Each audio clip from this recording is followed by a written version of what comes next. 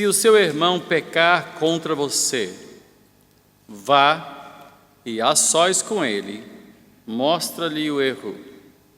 Se ele o ouvir, você ganhou seu irmão. Mas se ele não o ouvir, leve consigo mais um ou dois outros, de modo que qualquer acusação seja confirmada pelo depoimento de 2 ou 3 testemunhas. Se ele se recusar a ouvi-los, conte à igreja. E se ele se recusar a ouvir também a igreja, trate-o como pagão ou publicano. Digo-lhes a verdade, tudo que vocês ligarem na terra terá sido ligado no céu, e tudo que vocês desligarem na terra terá sido desligado no céu. Também lhes digo que se 2 de vocês concordarem na terra em qualquer assunto sobre o qual pedirem, isso lhes será feito por meu Pai que está nos céus. Pois onde se reunirem 2 ou 3 em meu nome, ali eu estou no meio deles. Então Pedro aproximou-se de Jesus e perguntou: Senhor, quantas vezes deverei perdoar a meu irmão quando ele pecar contra mim? Até 7 vezes? Jesus respondeu: Eu lhe digo, não até 7, mas até 70 vezes 7. Por isso, o reino dos céus é como um rei que desejava acertar contas com seus servos. Quando começou o acerto, foi trazido à sua presença um que lhe devia uma enorme quantidade de prata. Como não tinha condições de pagar, o Senhor ordenou que ele, sua mulher, seus filhos e tudo que ele possuía fossem vendidos para pagar a dívida. O servo prostrou-se diante dele e lhe implorou: Tem paciência comigo e eu te pagarei tudo. O senhor daquele servo, teve compaixão dele, cancelou a dívida e o deixou ir.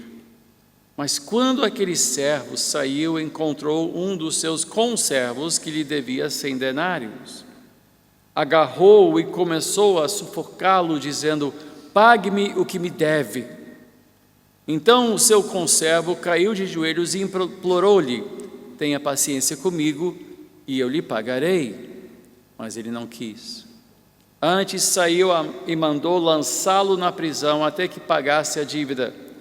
Quando os outros servos, companheiros dele, viram o que havia acontecido, ficaram muito tristes e foram contar a seu senhor tudo o que havia acontecido. Então o senhor chamou o servo e disse: Servo mau, cancelei toda a sua dívida porque você me implorou. Você não devia ter tido misericórdia do seu conservo como eu tive de você?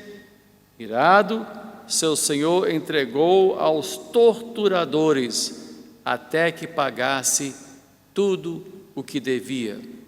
E Jesus termina dizendo: Assim também lhes fará meu Pai Celestial, se cada um de vocês não perdoar de coração o seu irmão. Oremos. Nosso Deus e Pai, fala a cada um, Senhor,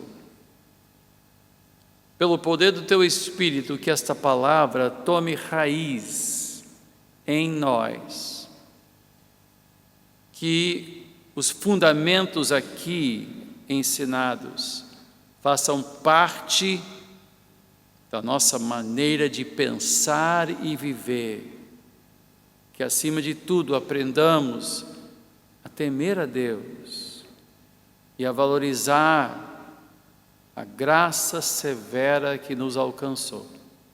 Em o nome de Jesus. Amém e amém.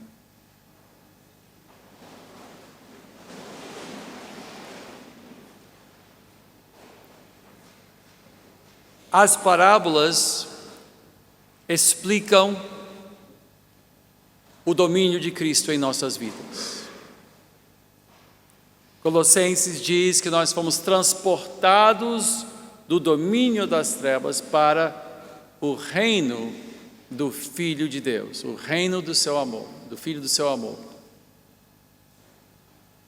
Nós somos regidos pelo Senhor e pela sua palavra.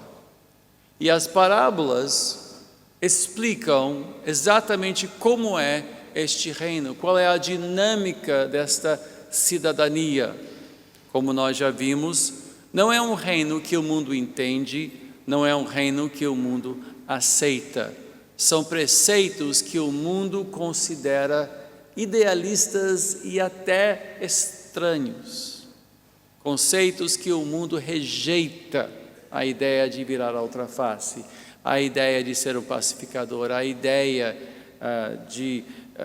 enfim, esses parâmetros que nós aprendemos pelas parábolas. E Jesus disse muito claramente: eu ensino em parábolas exatamente para esconder dos que não são da fé a dinâmica do reino. É o reino escondido, como fermento numa massa, como um grão de mostarda, que plantado é escondido, é tão pequeno, mas que cresce e se torna a maior das hortaliças até virar uma árvore. O reino de Deus é assim. O reino de Deus não é espalhafatoso, não é espetacular, não é sensacional e não resolve todos os problemas que o mundo quer que resolva. O reino de Deus diz respeito aos propósitos de Deus na vida daqueles que o confessam como Senhor.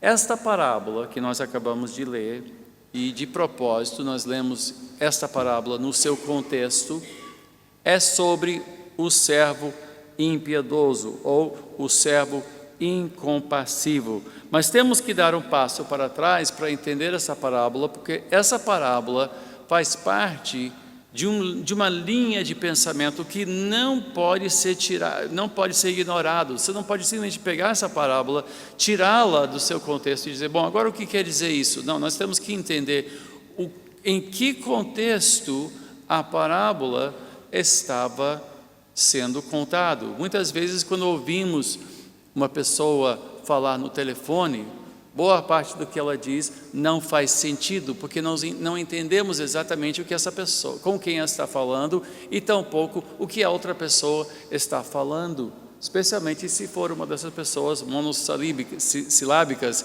que apenas diz: sim, sei, vou, não sei, tal. Aí você não sabe o que quer dizer essas palavras. Você tem que entender primeiro o que a outra pessoa está falando no telefone. Como você só ouve metade da conversa, a conversa não faz sentido. E embora a parábola possa parecer fazer sentido, ela só realmente faz sentido se nós entendermos o que essa parábola está respondendo, qual é a questão em jogo. Porque você vê, em versículo 21, você vê, após as instruções de Cristo, Pedro diz assim: então Pedro aproximou-se de Jesus e perguntou. Ou seja, a pergunta de Pedro foi suscitada por um ensinamento de Cristo, né? E a pergunta dele foi: quantas vezes deverei perdoar ao meu irmão quando ele pecar contra mim? Até 7 vezes. E a resposta não inclui apenas a resposta que comumente nós ouvimos quando é ensinado: 70 vezes 7, pronto, 70 vezes 7, então tá bom. Não, Jesus continua dizendo: por isso o reino dos céus é como um rei. Ou seja, primeiro dizem, Pedro perguntou, baseado no ensinamento de Cristo, e então Jesus dá a resposta, e então ele diz: por isso. Então ele dá a parábola para explicar melhor e aprofundar a sua resposta. Então a parábola faz parte de toda uma linha, está tudo ligado. Então vamos por partes e pegar o fio da meada desde o início da conversa, porque senão a parábola não vai fazer sentido. Então, primeira parte dessa conversa lida com o quê? Lida com conflitos e a violação da paz no contexto da igreja. Lida literalmente com a disciplina na igreja. Um irmão peca contra irmão. Esta é, talvez, a maior de todas as fontes de dificuldades na nossa jornada cristã. Fora o nosso próprio pecado pessoal, que certamente é uma enorme fonte de problemas. Segundo maior fonte de problemas é esse convívio que nunca é ideal, porque nós não somos ideais, nós somos normais. E nós, como pessoas normais, nós somos problemáticos e nós não somos perfeitos. E pessoas imperfeitas, quando você junta pessoas imperfeitas, coisas imperfeitas acabam acontecendo e pessoas acabam se machucando, pessoas acabam fazendo mal umas às outras, às vezes por intenção, às vezes não. E então, quando essa ferida surge, quando esta ofensa acontece, Jesus diz: se seu irmão pecar contra você, ou seja, se ele não se houver um desacerto, se houver uma dívida contraída, porque quando alguém me ofende, há uma dívida contraída, eu tenho que ir lá e acertar, né? Eu tenho que me acertar, ou a pessoa tem que se acertar comigo. E Jesus disse: é importante que quando alguém peca contra nós, e aqui não é só quando alguém peca, não, é quando alguém peca contra nós, ou seja, há um conflito, há uma divisão, há um problema acontecendo no seio da igreja, essa pessoa precisa ser confrontada. Se você foi ofendido, deve chegar para a pessoa que te ofendeu e dizer: amado irmão, você me ofendeu, você fez errado comigo. Isto, em qualquer contexto cristão sadio, deveria ser o fim da história. A pessoa certamente que tem amor cristão no coração vai dizer: poxa, você me perdoa, desculpe qualquer coisa, não é bem assim, eu não queria, ou realmente eu não estava bem, te falei duramente, fiz alguma coisa, enfim, ouvi falar alguma coisa a seu respeito, repeti, foi uma fofoca, e houve calúnia, enfim, perdoa, e então as pazes são feitas. Mas, não havendo arrependimento, a pessoa deve prosseguir para o próximo passo, que é chamar alguém e dizer: vem me ajuda, você ouviu, você viu o que aconteceu, você ouviu o que aconteceu, vamos lá. E se a pessoa não ouvir, o sentido desse pessoa não ouvir quer dizer, a pessoa não liga, a pessoa desconsidera, a pessoa desconversa, não, imagina, ou simplesmente não reconhece o seu erro.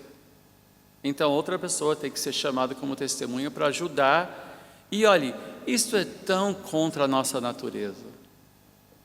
A gente não quer confronto. Mas qualquer relacionamento sadio compreende um certo nível de confronto. Quando a sua esposa chega para você dizendo: meu bem, temos que conversar, uma coisa é certa, boa coisa não é. Meu bem, temos que conversar. Essa frase, né, todos nós já ouvimos, todos nós já falamos essa frase. Nunca é temos que conversar, eu tenho uma boa notícia para você. Não, é temos que conversar. É porque algo tem que ser conversado e você não vai gostar do que ouviu. Agora, casais que dizem: nós nunca temos esse tipo de situação, na grande maioria dos casos, uma das pessoas está sendo anulada, está sendo oprimida e não tem coragem ou liberdade para expressar as suas diferenças. Não existe, amados irmãos, o casamento perfeito sem que haja diálogo e um certo nível de confrontação. Dizer que, enfim. Mas O casamento pode ser bem sadio se houver essa confrontação. Assim também a vida da igreja, a vida sadia da igreja compreende um certo nível de confrontação, porque todos nós somos passivos de pecar, todos nós somos pecadores, salvos pela graça de Cristo Jesus. E se não houver confronto entre nós, nós não vamos crescer na graça, nós não vamos crescer na comunhão, vai ser tudo uma comunhão de aparência somente. Não, tudo bem, não, imagina, nem se fala mais isso, tal. Não, temos que chegar e dizer, me perdoa, errei. Então, segunda medida é, se a pessoa não ouvir, se mostrar insensível, feriu a comunhão, deve ser procurado por outra pessoa. Você deve procurar outra pessoa e trazer. E se não ouvir 2 ou 3 pessoas, porque 2 ou 3 testemunhas, a verdade se estabelece, então chama perante quem? A liderança da igreja. Mas, se essa pessoa se mostra irredutível, mesmo quando a liderança chega e diz, irmão, você está em pecado, você está errado, e a pessoa se mostra irredutível, essa pessoa não deve ser considerada mais membro daquela igreja. Deve ser tratado como um publicano e como um gentio. O que diz aqui? Diz muito claro. Sim, então deve ser tratado como pagão. O pagão é alguém que não serve a Deus. Não serve a Deus. Meu Deus do céu, isso é muito sério. Isso é muito sério. E aqui levanta um assunto que eu não vou ter tempo para tratar hoje, que a igreja saudável exerce disciplina. Membresia é uma situação muito séria, é um assunto muito sério. Não temos tempo para tratar de membresia na igreja, e muitas pessoas nem se dão o trabalho de tentar conviver, porque assim que começam a ver qualquer tipo de dificuldade, pulam fora e vão visitar outra igreja, tentando achar a igreja perfeita, a igreja que não tem erros, não tem falhas, não tem qualquer tipo de pessoa problemática. Gente, essa igreja é tão problemática quanto qualquer outra igreja. Por quê? Porque está cheio de pessoas. Ela só fica perfeita quando não está em uso. Quando não tem ninguém aqui, quando o lugar está vazio, a igreja fica perfeita. A paz reina absolutamente aqui quando está vazio. Chega aqui terça de noite, paz. Quinta de manhã, paz. Absoluta. Mas não tem ninguém. Assim que nós entramos aqui, a coisa complica. Assim que você senta no seu lugar, a coisa fica complicada. E Cristo está dizendo, Ele disse, se uma pessoa fere a paz, ela precisa ser confrontada, e se ela não reconhece, não te der ouvidos, ou seja, não estiver disposto a se corrigir, essa pessoa deve ser tratada como pagão, um pagão. E mais, ele diz que há uma dimensão espiritual a essa disciplina, pois onde o que for ligado na terra terá sido ligado no céu. Esta exclusão é um reconhecimento de uma realidade espiritual, é um reconhecimento que essa pessoa não faz parte da comunhão dos santos. Não pretende fazer parte da comunhão dos santos, quer só chegar e desfrutar. Mas membresia não é só frequência, membresia é um compromisso mútuo. Bom, como falei, não tenho mais tempo para tratar disso, vamos até tratar disso numa outra ocasião.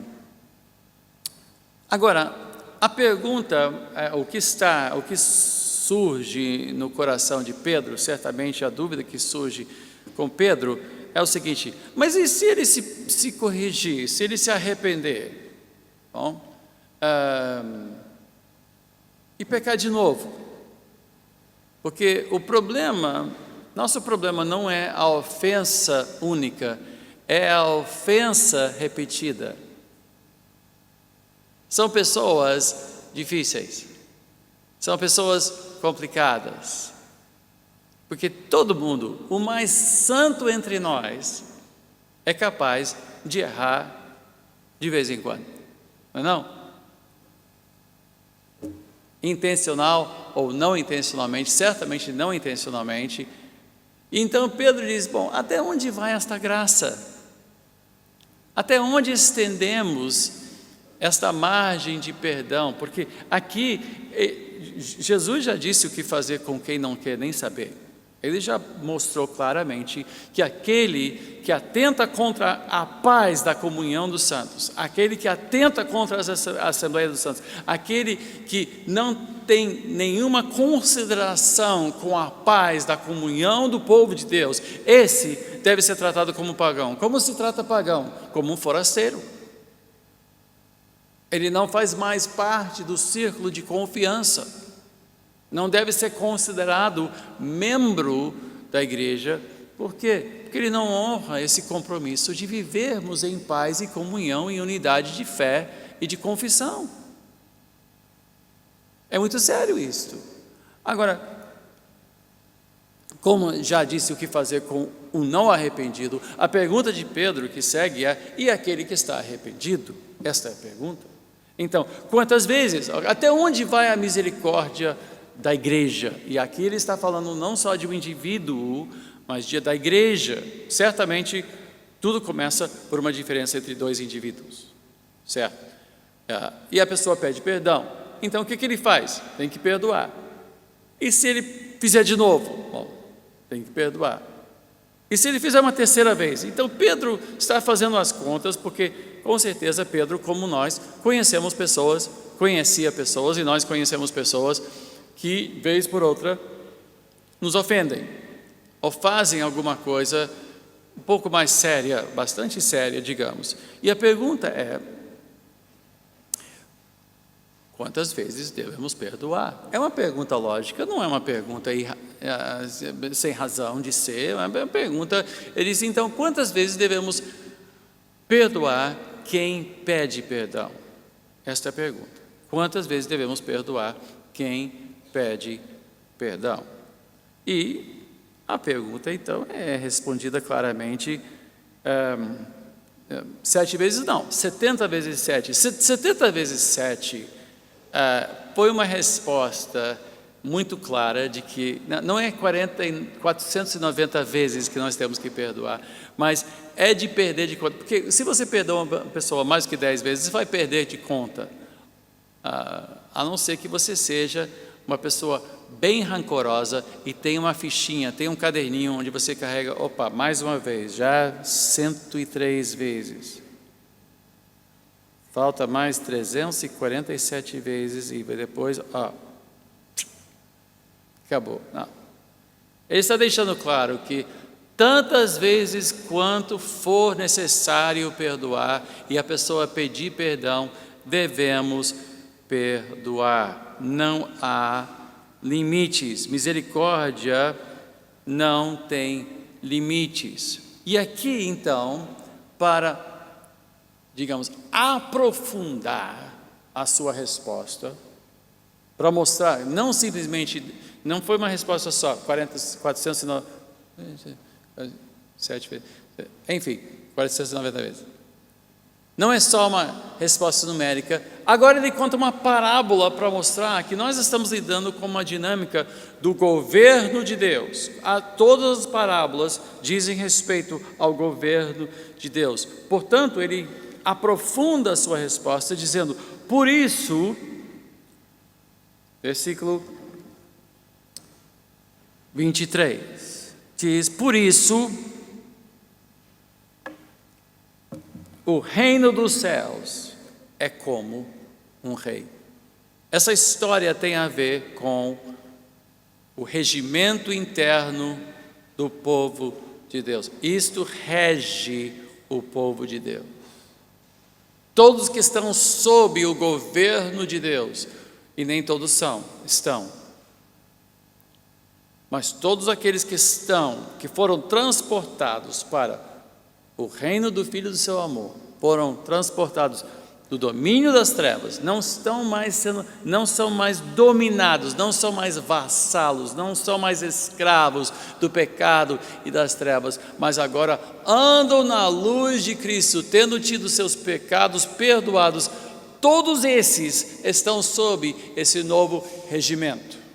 E esse regimento ele explica com essa história, e ele faz isso contando uma história em três cenas diferentes. A primeira cena, vamos ler de novo a primeira cena, versículos 23 a 27.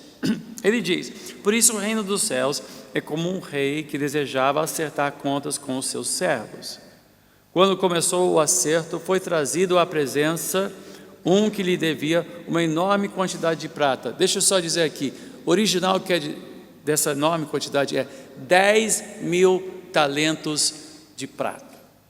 Ele devia 10.000 talentos de prata. Para quem tem o NVI, sim, está no rodapé, basta olhar no rodapé, que no original, né, no grego está assim. Isso é significativo, não sei por que NVI não botou isso, deviam ter incluído 10.000 talentos, mas na ânsia de ser contemporâneo, né? Uma linguagem acessível, não sei por que não botar 10.000 talentos, mas tudo bem, 10.000 talentos de prata. Como não tinha condições de pagar, olha só o texto, como ele é cuidadoso de dizer, como não tinha condições de pagar, o Senhor ordenou que ele e sua mulher, seus filhos e tudo que ele possuía fossem vendidos para pagar a dívida. O servo prostrou-se diante dele e lhe implorou: tem paciência comigo e eu te pagarei tudo.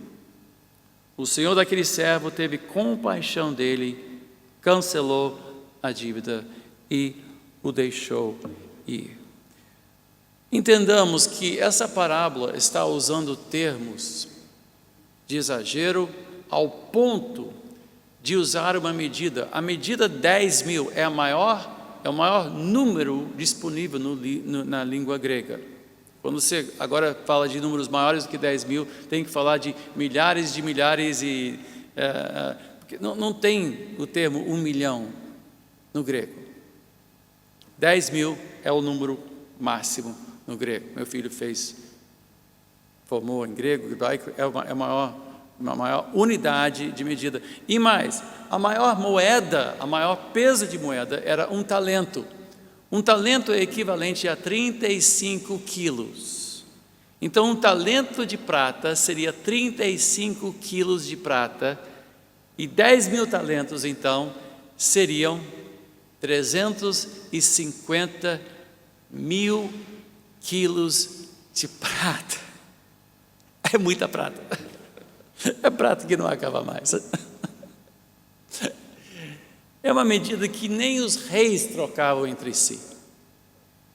Quando Salomão recebia os dignatários de outros países, rainha de Sabá, acho que ela trouxe, acho que foi 5.000 talentos de prata, 5.000. Ele devia 350.000 talentos de prata, não me lembro exatamente o dado, o pastor já está olhando para ver quantos talentos ela trouxe de prata, de ouro.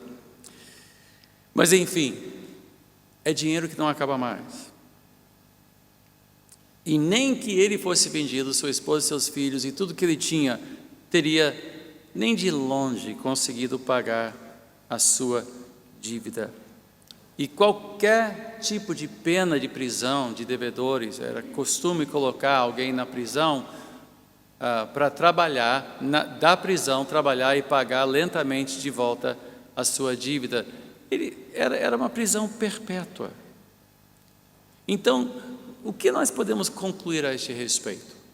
Nós podemos concluir, primeiro, que Jesus nos considera todos devedores, infinitamente devedores, por causa do nosso pecado. Não existem pequenos pecados e grandes pecados. Alguns se sentem mais pecadores e outros menos pecadores. Não, pelo menos nunca matei ninguém. Pelo menos eu nunca, sei lá, a gente sempre se compara dizendo, bom, alguma coisa eu posso fazer para me redimir. Mas o que Cristo mostra é que, comparando-nos a este servo, que nenhum de nós é capaz de se redimir com Deus. O nosso pecado faz de nós devedores eternos de Deus. E não há como nós nos acertarmos com Deus, a não ser pela misericórdia e pelo perdão da nossa dívida. Todos nós somos, não só devedores, nós somos devedores infinitos. O nosso pecado não é só sério, é infinitamente sério. E o que Deus nos perdoou é algo que jamais poderíamos amortizar.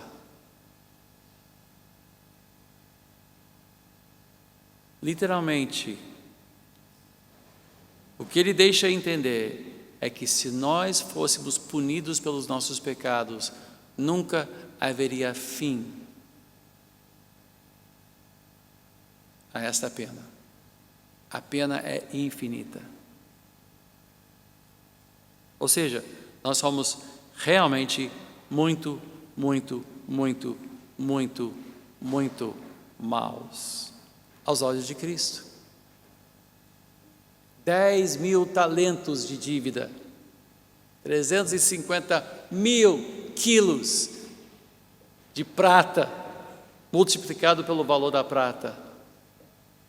Ou seja, nossa dívida com Deus não teríamos como pagar. Mas como todo ser humano, tentamos nos redimir. E foi exatamente o que o servo prometeu fazer. Ele disse, deixe-me ir, não faça isso, que eu te pagarei tudo. O homem ainda quer se redimir. O homem ainda quer protestar a sua nobreza. O homem ainda quer, de alguma maneira, merecer a graça de Deus, que é impossível. Não há como nós merecermos. Não há como nós sermos perdoáveis por mérito próprio. Não, Senhor, me perdoa desta vez, que eu nunca mais vou repetir esse pecado. Me perdoa desta vez, porque eu vou fazer tudo certo de hoje em diante. E nós vivemos fazendo promessas para tentar melhorar, para que nós possamos fazer por onde e merecermos a graça de Deus. Mas não há como nós merecermos a graça de Deus. É um contrassenso, é ilógico. E ele diz, Senhor, deixa-me ir, que eu te pagarei tudo. E o rei, entendendo a situação dele melhor do que ele mesmo entendia, viu que a única maneira do homem se ver livre e manter o que ele tinha de precioso, que era o quê? Seus filhos, sua esposa, seus bens. A única maneira desse homem ter qualquer tipo de resgate ou de vida seria simplesmente perdoando sua dívida. Não é aquela maneira. Não havia outra maneira de amortizar esta dívida que ele tinha. Amados irmãos, é preciosa a graça de Jesus, porque é de graça, e é a única maneira que nós temos salvação. Não há em nós o que nos recomenda ao trono de Deus. Muitos brincam com essa ideia de Pedro ao lado dos portões do céu, fazendo as contas, vendo o que fizemos de bom ou de ruim. E eu tenho falado com pessoas que vivem a sua vida fazendo caridade, tentando merecer o céu.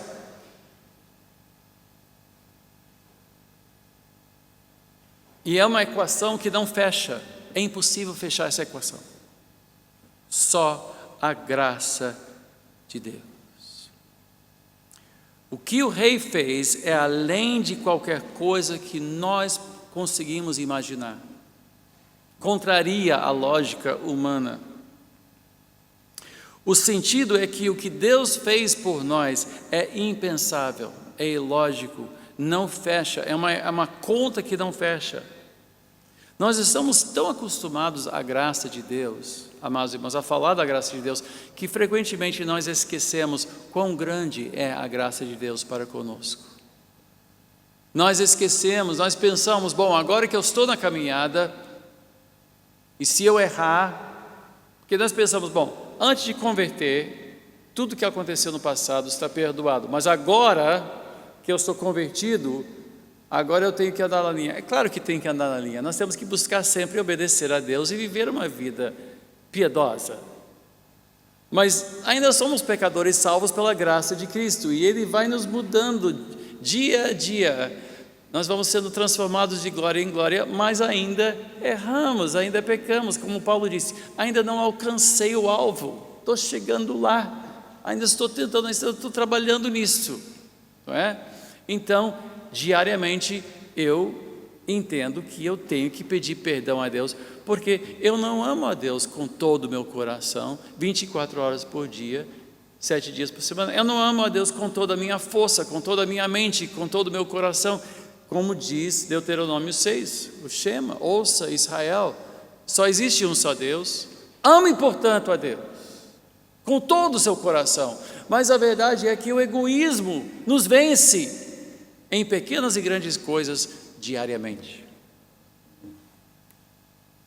Com cada mentira, pequena ou grande, com cada deslize, com cada atitude, com cada palavra, agimos contra este amor que devia ser o nosso grande amor.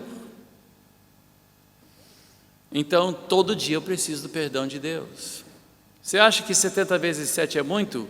O que Deus já nos perdoou é muito mais do que 70 vezes 7.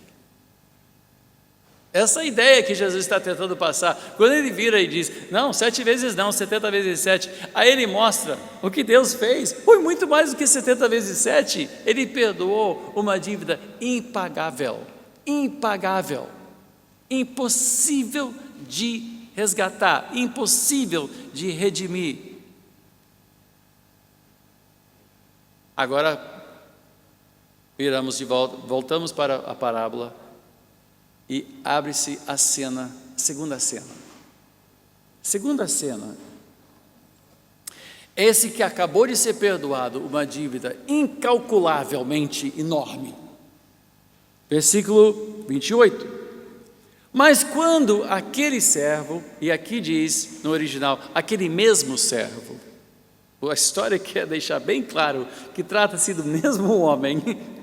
Quando aquele mesmo servo saiu, encontrou um dos seus conservos que lhe devia 100 denários.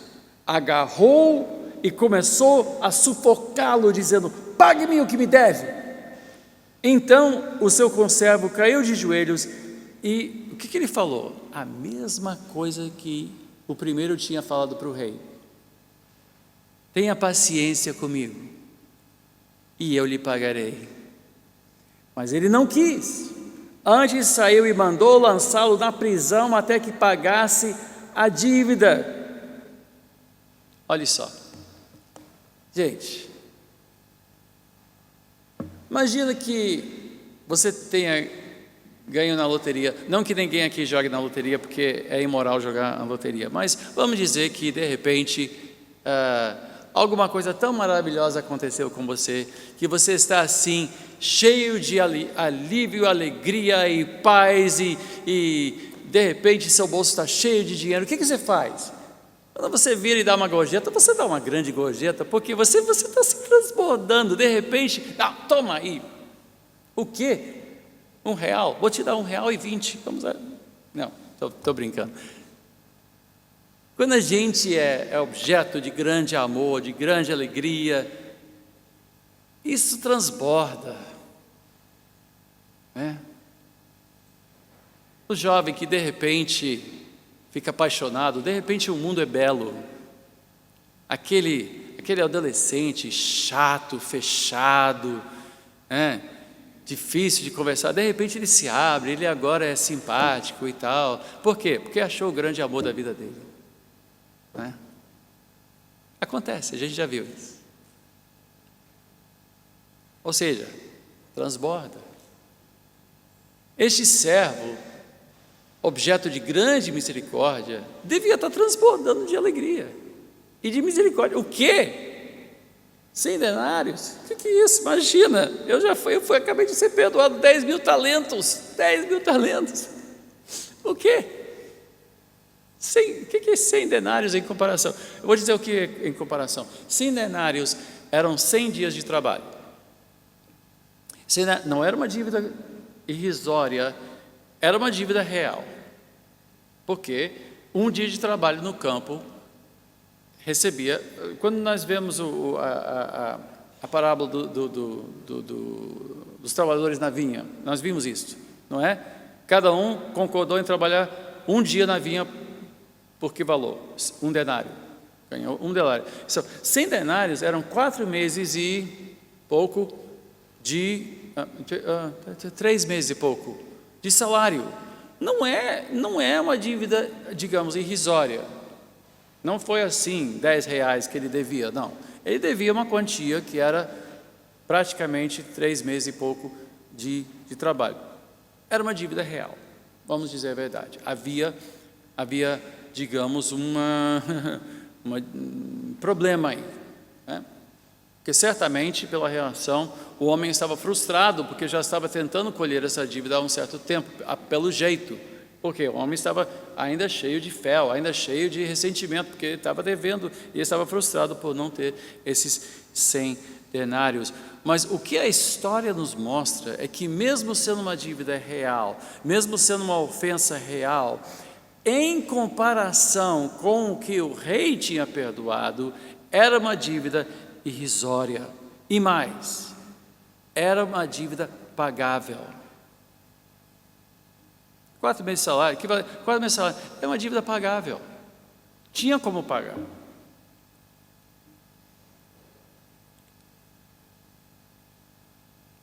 Esperaríamos este mesmo homem um pouquinho de misericórdia, não? Um pouquinho de paciência. Depois de ser tão aliviado pela misericórdia do rei. Mas a história, propositadamente, é chocante. E com certeza os primeiros ouvintes ficaram chocados, assim como nós ficamos chocados. Como é que um homem desses tem uma atitude dessas, mediante um alívio tão grande? Como é que ele se volta e age tão violentamente, ao ponto de agarrar o homem pelo pescoço, não é? Pense bem, ele está perante o rei, ele está implorando pela sua vida, vai perder sua casa, vai perder sua liberdade, vai perder sua esposa, vai perder seus filhos, vai ser tudo vendido, ele vai se ver na prisão pelo resto da vida até morrer, e de repente o rei diz, quer saber, está perdoado, ele sai, sou perdoado, está aí o Zé, ele num instante, na segunda cena, ele se volta, e em vez de dizer, já fui perdoado, olha só, então eu vou espalhar um pouquinho dessa alegria, ele pega o homem pelo pescoço e começa assim, me paga, me paga. É uma imagem chocante, o contraste é óbvio. E mais, ele então faz o que o rei viu que teria que fazer com ele, ele o joga na prisão. Difícil pagar uma dívida quando você está na prisão. Mas aparentemente havia uma maneira, eu suponho que essa prisão dos endividados era uma prisão de trabalho forçado, onde o próprio carcereiro pagava alguma coisa minguado, um salário minguado, e então com esse saláriozinho minguado ele pagava de volta, e até terminar de pagar ele tinha que ficar trabalhando no cárcere, trabalhando por trabalho forçado. Ele jogou na prisão, sufocou o homem, tentou sufocar, depois jogou na prisão. E nós vemos ele agindo de uma maneira tão desproporcional e certamente não repassando a graça com a qual ele foi tratado. E o texto é sumário. É sumário. Mostra que o homem foi miserável. Ele foi perdoado, mas ele continuou miserável. Terceira cena, versículo 31.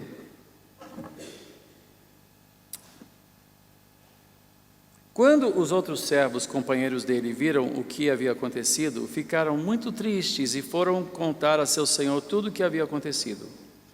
Então o senhor chamou o servo e disse: servo mau, cancelei toda a sua dívida porque você me implorou. Você não devia ter tido misericórdia do seu conservo como eu tive de você? Irado, seu senhor entregou aos torturadores até que pagasse tudo o que devia. Assim também lhes fará meu Pai Celestial, se cada um de vocês não perdoar de coração o seu irmão. Aqui Jesus mostra que a história fala de uma dinâmica real no reino de Deus. Quem é perdoado muito, tem que perdoar. Tem que perdoar.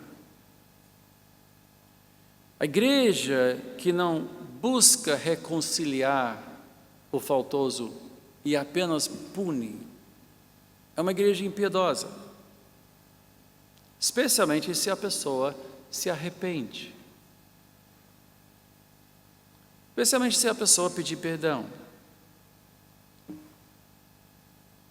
O Filho de Deus que não perdoa quem se arrepende, porque veja só, aqui isso não quer dizer que nós temos que andar por aí simplesmente perdoando absolutamente tudo e todos de qualquer coisa que façam e deixando todo mundo passar por cima da gente. Não, ele está mostrando que, primeiro, nós pedimos perdão e depois o nosso irmão pede perdão. Ele não está anulando o que ele acabara de dizer sobre disciplina na igreja.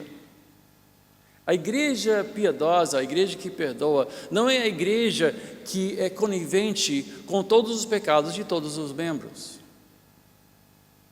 Há disciplina. E ele diz muito claramente, se a pessoa não der ouvidos, se a pessoa não reconhece sua dívida, trata como pagão. Não faz parte da igreja. Mas se arrepender, porque foi isso que o conservo fez. O conservo reconheceu que ele devia os 100 denários. Ele falou, era o famoso, devo, não nego, pago quando puder, vou pagar. Então, se a pessoa chega e diz, eu errei, eu pequei, a igreja piedosa e o membro piedoso tem que perdoar. Senão, literalmente, essa pessoa sofrerá tortura até pagar toda a sua dívida. Agora vamos olhar para mim. Vamos voltar à dívida. É muito sério isso. Porque Jesus mostra que a nossa dívida é muito maior do que a dívida que outros têm conosco. A nossa dívida com Deus é muito maior. E Jesus deixa muito claro que aqueles a quem muito é perdoado têm que perdoar o seu próximo. E que a dívida que nós temos entre nós nunca chegará perto à dívida que nós temos com Deus. Nunca. E ele diz, assim também lhes fará meu Pai Celestial, se cada um de vocês não perdoar de coração o seu irmão. Isto é difícil.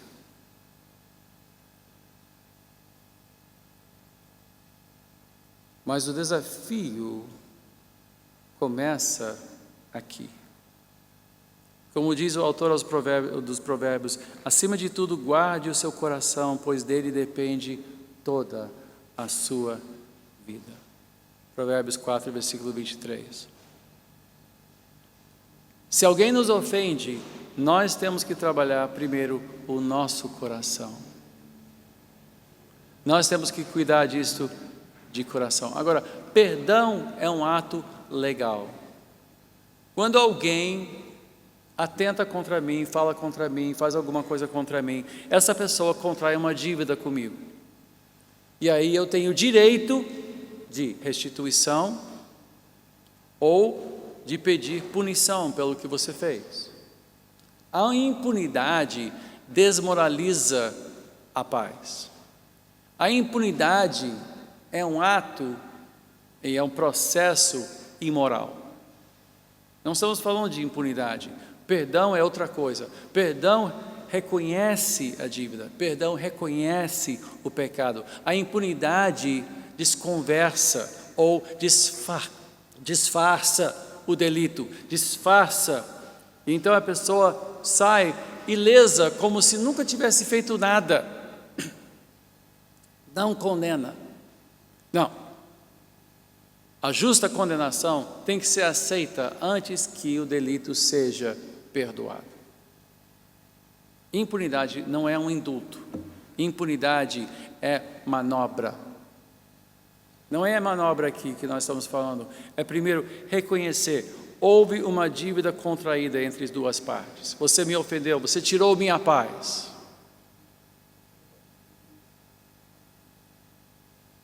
É como o homem que devia 100 mil reais. Devia 100 mil reais. Não conseguia comer, não conseguia dormir, passando mal.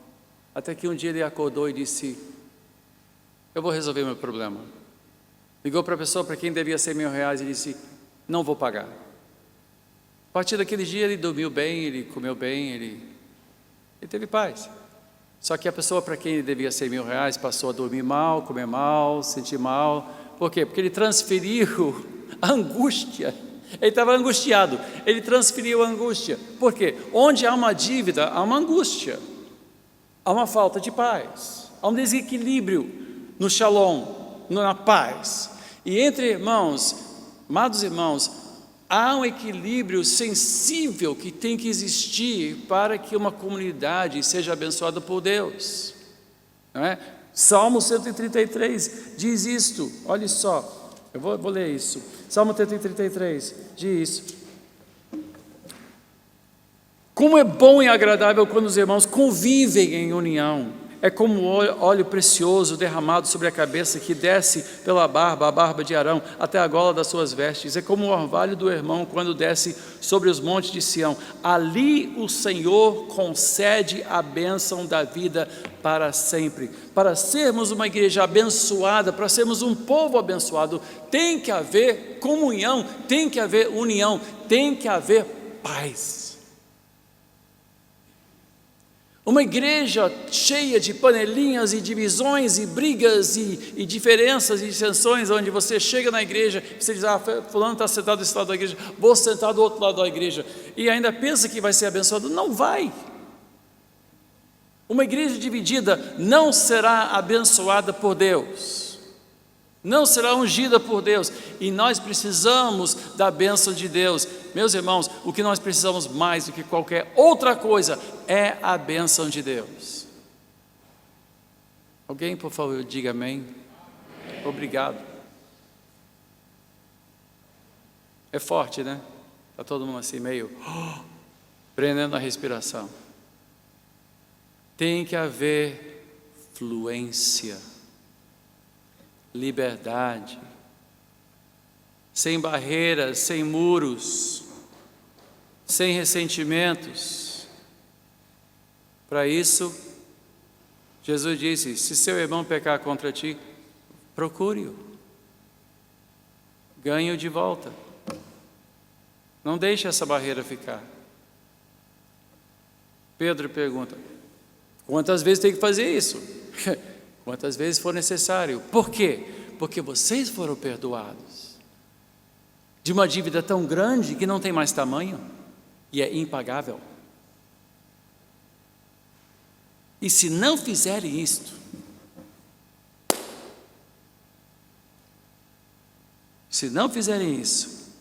assim também lhes fará Meu Pai Celestial, se cada um de vocês não perdoar de coração o seu irmão. É limpar o coração. É dizer, Senhor, o que Cristo fez na cruz? Cristo disse, Pai, perdoa-os, porque não sabem o que fazem. O que ele estava fazendo? Ele estava abrindo mão de uma dívida. Perdão, literalmente, é abrir mão do seu direito de revidar. É abrir mão do seu direito de se vingar. É abrir mão do seu direito de cobrar alguma satisfação. Cristo já satisfez tudo que for necessário. O castigo que nos traz a paz estava sobre ele. Qualquer castigo que cabe na situação, Cristo já tomou sobre si, não só para a nossa dívida, mas para as dívidas que existem entre nós. Cristo já pagou todas as dívidas, a minha, a sua e a nossa dívida. Então não temos direito de cobrar o que Cristo já pagou. É isso que está dizendo. E ele diz, se não fizermos, o que o rei fez? Ele lançou o homem na prisão e entregou esse homem a torturadores, até que fosse paga toda a sua dívida, e assim o vosso Pai Celestial fará. Eu não sei se no seu coração hoje há uma dor, uma frieza para com alguém, uma amargura que perdura contra alguém da comunhão dos santos.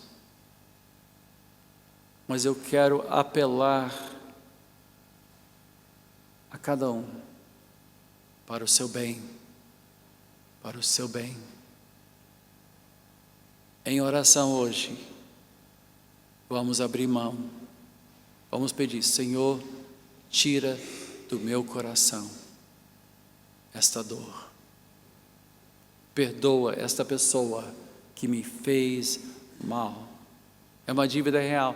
100 denários não é pouca coisa.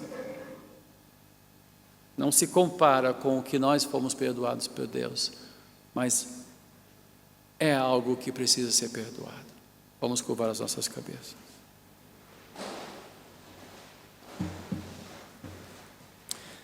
Cristo na cruz disse, Pai, perdoa-os, porque não sabem o que fazem. Há pessoas aqui que estão sendo torturadas, que sofrem até problemas de saúde, problemas de ordem emocional,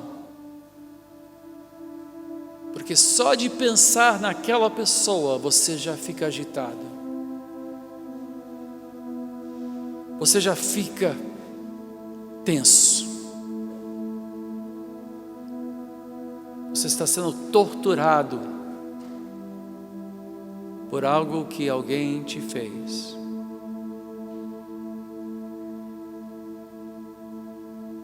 E fez. É uma dívida real.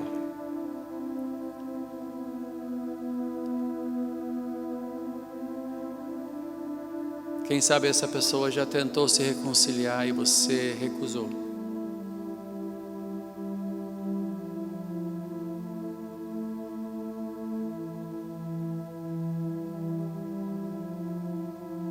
Diga a Deus agora, Pai, perdoa.